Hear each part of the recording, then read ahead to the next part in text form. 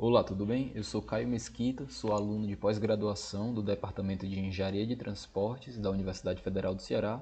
Vou apresentar o trabalho sobre modelagem macroscópica na avaliação dos impactos da implantação de um binário.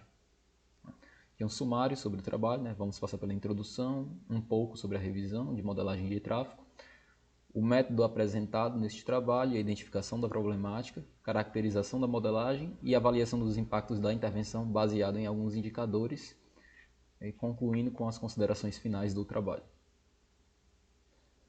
Na introdução vamos passar um pouco sobre a contextualização. Dado que existem aspectos de um mundo contemporâneo, os estatutos de uma cidade grande parecem estar justamente com essas complicações de trânsito. Então, existem alguns princípios que são relacionados a essas complicações de trânsito, visando melhorar o tráfego urbano e a mobilidade das pessoas. Esses princípios estão bem representados na Lei nº 2.587, da Política Nacional de Mobilidade Urbana Sustentável, de 2012, e alguns princípios dessa lei estão fundamentados neste trabalho como base. Então, em alguns casos, é possível visualizar que a rede viária ela não acompanhou a urbanização. Isso causa um prejuízo na mobilidade urbana e em questões que o planejamento tenta suprir, essas desigualdades ou falta de equidade do sistema de transporte, seja individual ou seja um sistema de transporte público. Então, devido a isso, o planejamento de transportes tem um leque de possibilidades de estudo e esses estudos geralmente competem um tipo de modelagem para que não haja interferências diretas dentro da vida das pessoas, dos usuários do sistema, de modo que eles possam fazer esses estudos sem haver essa interferência e com baixo custo. Então, o objetivo geral desse trabalho é propor e aplicar um método para avaliar os impactos de implantação de um binário em vias arteriais com o uso de uma ferramenta de macrosimulação, certo? Seria, no caso, o PTV-Visum. E a gente vai utilizar, como estudo de caso, as avenidas Dom Luiz e Santos Dumont do município de Fortaleza. Como objetivos específicos, temos a contextualização da região, codificação e calibração da rede, simulação dos cenários antes e após a intervenção e avaliação dos cenários, além das limitações da modelagem proposta. Dentro dos aspectos de modelagem de tráfego, Ortúzar e Wilson, eles definem o processo de modelagem como eles estão intimamente ligados à representação da realidade. E essa representação pode ser definida em 3 níveis, macro, meso ou microscópico. Alguns estudos apenas ampararam nos modelos macro e microscópicos, enquanto outros defendem sim a existência de um terceiro nível, no caso o meso, que ele está atrelado a pelotões de veículos, enquanto o macro é um nível mais agregado, Então nós podemos aí fazer análises a níveis zonais, enquanto que no nível microscópico nós temos um nível mais operacional e podemos fazer análises a nível de pontual veicular. Então existe sim essa pequena diferenciação na literatura e que fomentam várias linhas de pesquisa. Alguns estudos de nível de macromodelagem se ampararam no modelo 4 etapas, com a geração de viagens, distribuição, repartição modal e alocação. Nesse trabalho, ele vai estar voltado principalmente à parte de alocação e calibração da rede. A geração e a distribuição das viagens, elas foram amparadas de outro trabalho, como o foco aqui é avaliar os cenários pré e pós-intervenção. Então, nós vamos focar mais no final do modelo 4 etapas. Agora, o método de identificação da problemática. Nós vamos ter 3 etapas principais: a identificação, caracterização e avaliação do cenário, passando pela contextualização do sistema, representação da problemática, proposição de indicadores, depois a caracterização do modelo e, por fim, a avaliação do modelo, dentre alguns aspectos comparativos dos indicadores antes e após a intervenção, comparação dos cenários e uma definição de área de influência final de todos esses indicadores levantados. Como área de estudo, primeiro foi levantado a área construída e as regiões de domicílios de baixa renda e alta renda de Fortaleza.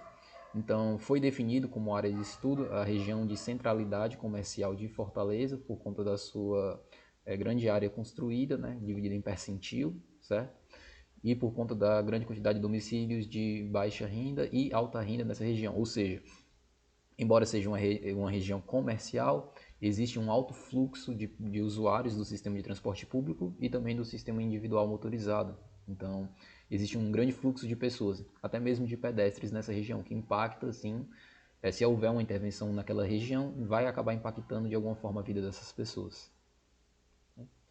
Que é a região de estudo, antes da intervenção e após a intervenção, esse cenário A, né, de pré-intervenção foi no ano de 2014.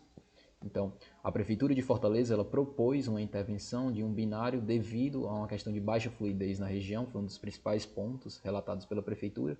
Então, junto com alguns órgãos competentes, como a Etufor, a AMC e o PAINT, foi proposta a criação desse binário entre essas duas avenidas, como está demonstrado no cenário B. Aqui nós temos aqui o fluxo, né, das vias após a intervenção, então a gente já pode perceber que houve, né, uma mudança nos sentidos dessas vias, inclusive ali junto à rotatória.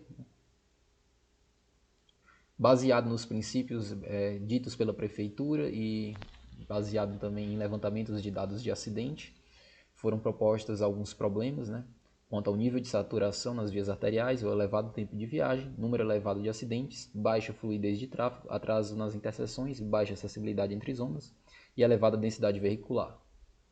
Com isso, foram escolhidos 4 indicadores para suprir, né, ou tentar de alguma forma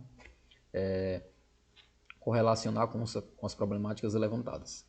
Foram eles a taxa de saturação dos arcos, o nível de serviço baseado no estipulado pelo HCM, né, o caminho mais curto dado uma impedância de tempo e o atraso médio na rede. Quanto à caracterização, foram impostas algumas hipóteses simplificadoras. Não foi consideradas as viagens intrazonais. A capacidade das vias foi fixada de acordo com o número de faixas. Todas as conversões foram permitidas, exceto alguns retornos e conversões à esquerda dentro da área de estudo. Todas as vias têm no mínimo 2 faixas de tráfego e as permissões dos modos de transporte foram bloqueadas apenas na zona de estudo. Esse é o zoneamento da região de estudo, composto por 241 zonas de tráfego, e a região de estudo do binário, no caso, compreende 4 zonas, né? As zonas 29, 179, 23 e 26, né? Compreendendo parte do centro comercial de Fortaleza. Foi necessário haver uma correção dos nós e turnos, então a gente pôde levantar o diagrama de estágios, competindo essas informações, disponibilizados pelo órgão da AMC de Fortaleza, responsável por essa questão. Então, isso tudo foi corrigido dentro do modelo do PTV Visum.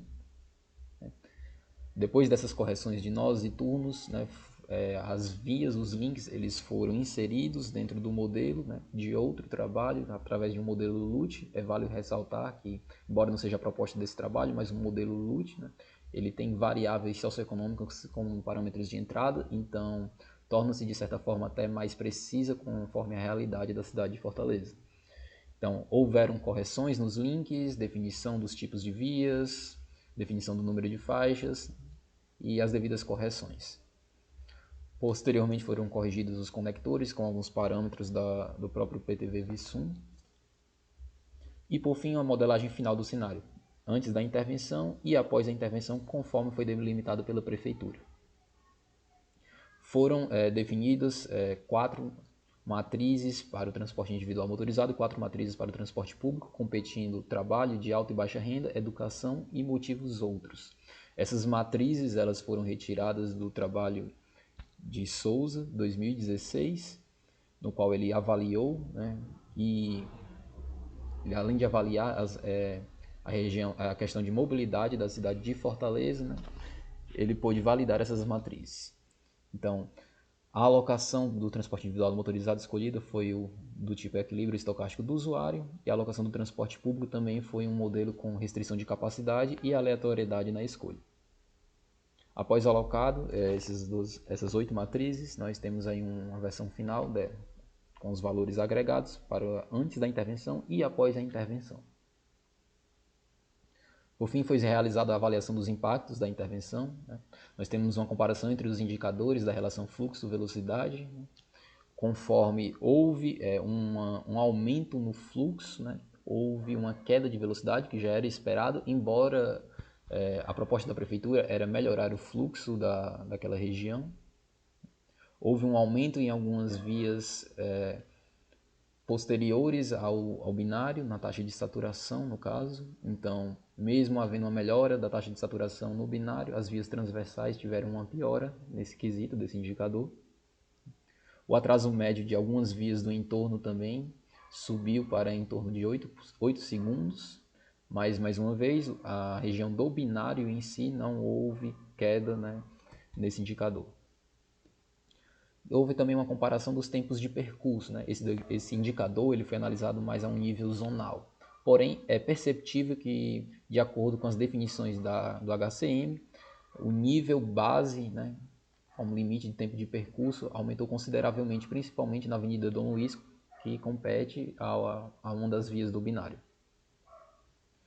Foi realizado uma matriz de correlação entre os indicadores, foi possível perceber que o indicador 3 é o que detém maior influência, e então foi realizado um teste estatístico do tipo T. Então, como hipótese nula, tivemos aí a não correlação entre as variáveis baseado no indicador 3, né, do atraso, e como hipótese alternativa, que há correlação entre as variáveis. Então, ele foi o único indicador que teve um valor P abaixo do delimitado do nível de significância, né, de 5%. Então, ele foi mantido como um único indicador que realmente teve influência, né, dentro dessa intervenção. Por fim, temos aí a definição da área de influência, né? Tivemos 21 zonas de tráfego, ao total influenciando após essa questão do binário. Tivemos as regionais 2, 4, 6 e o centro de Fortaleza, né? Como também tendo algum tipo de influência de pelo menos um dos indicadores, e uma área total de 2,71 km², ou seja, embora apenas 2 vias tenham sido modificadas, houve um impacto enorme para a cidade em questão de mobilidade e questão de acessibilidade também. Agora, as considerações finais, né? Dentro do proposto da pesquisa, evidencia-se a necessidade de entendimento do fenômeno para que se possa, sim, propor uma metodologia de avaliação. As vias referentes ao binário, embora tenham melhoria no nível de serviço devido à intervenção, causaram um aumento considerável na taxa de saturação das vias transversais devido ao novo comportamento na escolha dos usuários. E, por fim, o ferramental escolhido ele tem capacidade de interligação com outras ferramentas, como o feed GTFS, dados de Smart Card, integração com nível meso e microscópico, além de modelagem por meio de linguagem orientada a objetos. Então, para trabalhos futuros, já permite-se utilizar, né, esse ferramental para outros níveis de modelagem e até outras ferramentas, né, como, por exemplo, o Smart Card para uma melhor análise do transporte público. Muito obrigado pela sua atenção.